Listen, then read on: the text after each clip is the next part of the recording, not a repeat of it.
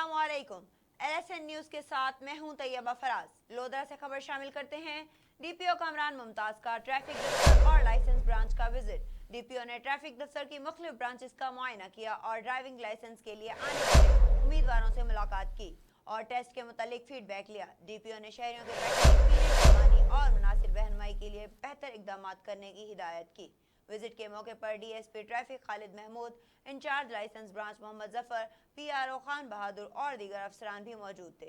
इस मौके पर डीपीओ कामरान मुमताज ने कहा, ड्राइविंग टेस्ट के अमल को इंतहाई शफाफ बनाया जाएगा, करप्शन हरगिज बर्दाश्त नहीं किया जाएगा और तमाम जवान दयानतदारी से अपनी ड्यूटियां सर अंजाम देंगे। शहरियों के साथ खुश इखलाक रवैया अपनाएं और रिश्वत से बचें। डीपीओ ने मजीद कहा कि किसी एक अहलकार के करप्शन से पूरे महकमे की साख पर मनफी असर पड़ता है।